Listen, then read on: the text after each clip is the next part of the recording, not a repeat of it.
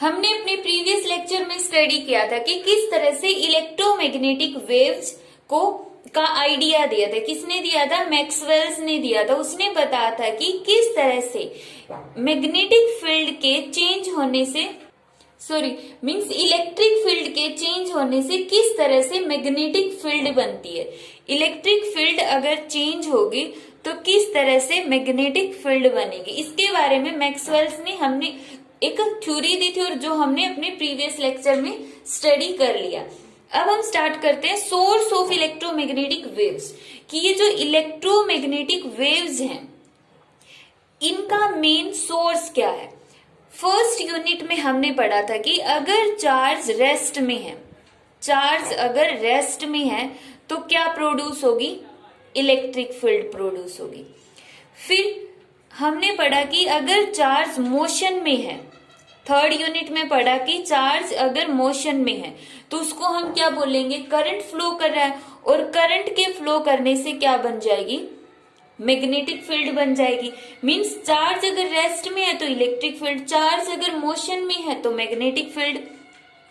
और अगर charge accelerate कर रहा है, अगर चार्ज एक्सिलरेट कर रहा है, एक्सिलरेट मींस अगर उसकी वेलोसिटी बार बार चेंज हो रही है, उसकी वेलोसिटी चेंज हो रही है तो उसकी वजह से electric field and magnetic field दोनों प्रोड्यूस होगी। इलेक्ट्रिक फील्ड और मैग्नेटिक फील्ड दोनों की दोनों प्रोड्यूस होगी अगर चार्ज एक्सिलरेट करेगा। अब यहाँ पर जब चार्ज एक्सिलरेट होगा उसकी वजह से जो ये इलेक्ट्रिक फील्ड और मैग्नेटिक फील्ड प्रोड्यूस होगी दोनों की दोनों एक दूसरे के ऊपर परपेंडिकुलर होगी। जो इलेक्ट्रिक फील्ड बनी, electric field is perpendicular to magnetic field, तो इलेक्ट्रिक फील्ड और मैग्नेटिक फील्ड परपेंडिकुलर होगी और इसकी वजह से ये इलेक्ट्रोमैग्नेटिक वेव्स बनेगी। मीन्स अगर मैं इलेक्ट्रिक फील्ड को इस तरह से ले रही हूं, इस तरह से, ये होगी इलेक्ट्रिक फील्ड, तो मैग्नेटिक फील्ड होगी इस तरह से। अब ये डायग्राम यहां से क्लियर नहीं होगा, ये इमेज जो यहां पर है इससे समझ लेना कि यहां पर क्या हो रहा है। कि जैसे हम ये वाली चीज लेते हैं कि यहां पर ये तो क्या है? इलेक्ट्रोमैग्नेटिक वेव्स की डायरेक्शन, ये वाली चीज हो गई डायरेक्शन ऑफ EM वेव्स। पूरी की पूरी वेव है वो इस तरफ मूव कर रही है, इस तरफ। ये जो फिंगर है मान लो रिप्रेजेंट करती EM वेव को, तो ये तो मूव कर रही है, इसके साथ साथ जैसे जैसे ये फिंगर मूव कर रही है, थंब भी मूव कर रहा है और ये फिंगर भी आगे की तरफ भी मूव कर रही है। अब यहाँ पर देखो ये जो इलेक्ट्रिक फील्ड है, अगर मैं इसको इस तरह से मान लेती हूँ वर्टिकल, इसके ऊपर परपेंडिकुलर, तो मैग्नेटिक फील्ड इस तरह से होगी, इसके ऊपर भी परपेंडिकुलर और इसके ऊपर भी परपेंडिकुलर। इन दोनों में भी एंगल कितने डिग्री का है? 90 डिग्री का, और इसमें भी एंगल कितना है? 90 डिग्री का। तो ये इस तरह से मूव कर रही है कि जो ये वाला कंपोनेंट है ये इस तरह से है, वर्टिकल, इस तरह से ऊपर नीचे हो रहा है। वर्टिकल कंपोनेंट ऊपर नीचे हो गया, ऊपर नीचे ऐसे ऊपर नीचे हो रहा है, ये वाला, इसको हम मान लेते हैं इलेक्ट्रिक फील्ड। मैग्नेटिक फील्ड जा रही है इस तरह से हॉरिजेंटली, इस तरह से। जैसे अगर हम डिफरेंट डिफरेंट शो करें, ये तो हो गया इलेक्ट्रिक फील्ड का और ये हो गया मैग्नेटिक फील्ड का। मैग्नेटिक फील्ड मतलब कि हॉरिजेंटली इस तरह से जा रही है, हॉरिजेंटली इधर से यहां पे गई इस तरह से, और electric field vertical Y axis के अलोंग, और मैग्नेटिक फील्ड है एक्स एक्सिस के अलोंग, इस तरह से मूव कर रही है।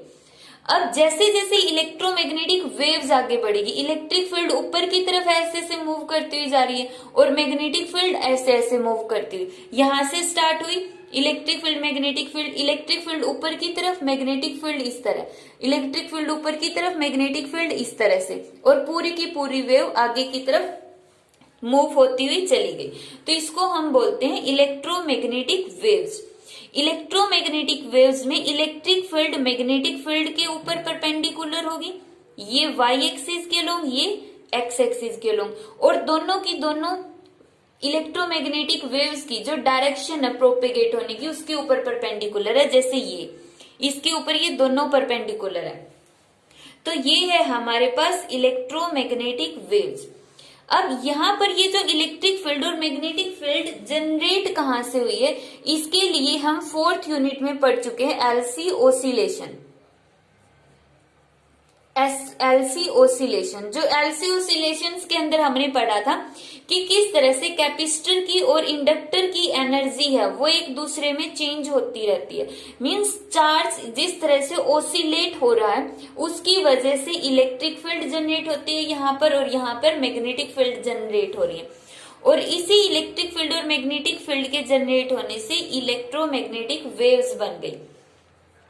अब यहाँ पर जो ये चार्ज ओसिलेट हो रहा है इसके अंदर, पहले चार्ज कैपेसिटर पर था, फिर चार्ज इंडक्टर के अंदर से मूव करता हुआ चला गया, तो यहाँ पर जो चार्ज ओसिलेट होगा, तो चार्ज कैसे ओसिलेट हो सकता है, उसके ओसिलेशन की फ्रीक्वेंसी डिफरेंट हो सकती है, वो कितनी भी फ्रीक्वेंसी के ऊपर ओसिलेट कर सकता है। तो अब उसकी फ्रीक्वेंसी डिफरेंट होगी, तो मतलब चार्ज की ओसिलेशन की फ्रीक्वेंसी डिफरेंट होगी, इसलिए इलेक्ट्रोमैग्नेटिक वेव्स की भी फ्रीक्वेंसी अलग अलग होगी, और फ्रीक्वेंसी अलग अलग होगी इसलिए इलेक्ट्रोमैग्नेटिक वेव्स एक नहीं है, इसका पूरा स्पेक्ट्रम है। जैसे इंफ्रारेड रेज हो गया, अल्ट्रावायलेट हो गया, विजिबल रेज हो गया, एक्सरे, गामा रे, इस तरह से डिफरेंट वेव्स बन गई है इलेक्ट्रोमैग्नेटिक वेव्स के अंदर, सिर्फ इस वजह से क्योंकि चार्ज की ओसिलेशन की जो फ्रीक्वेंसी है वो डिफरेंट हो सकती है।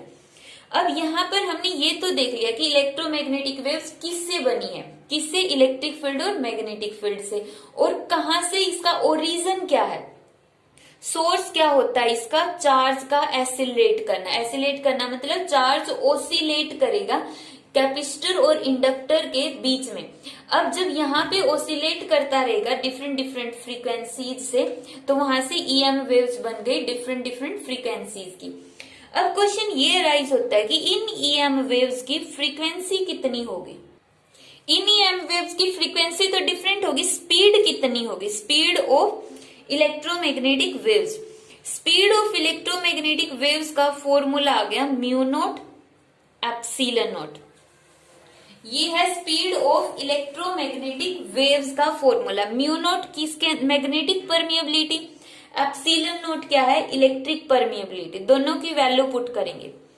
म्यू नॉट की वैल्यू कितनी होती है 4 पाई इंटू 10⁻⁻⁷, एप्सिलॉन नॉट की 8.85 इंटू 10⁻⁻12, ये हो गई एप्सिलॉन नॉट की। जब हम इसको सोल्व करेंगे तो c की वैल्यू आएगी 3 इंटू 10⁸ मीटर पर सेकेंड।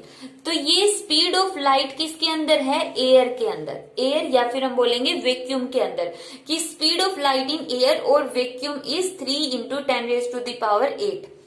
कौन सी लाइट की, इलेक्ट्रोमैग्नेटिक वेव्स की, सिर्फ एयर और वैक्यूम के अंदर। जब हम किसी मीडियम में लेंगे तो ये चेंज हो जाएगा, उस टाइम पे यहाँ पे आएगा म्यू एम और mu epsilon R, epsilon M, magnetic permeability of medium और रिलेटिव परमिएबिलिटी ऑफ मीडियम। तो यहाँ पे ये इस तरह से हम स्पीड ऑफ लाइट निकाल सकते हैं। और सोर्स ऑफ इलेक्ट्रोमैग्नेटिक वेव्स को हमने स्टडी किया। नेक्स्ट लेक्चर में हम स्टडी करेंगे कि इलेक्ट्रोमैग्नेटिक वेव्स का नेचर कैसा होता, लॉन्गिट्यूडिनल नेचर होगा या ट्रांसवर्स नेचर होगा।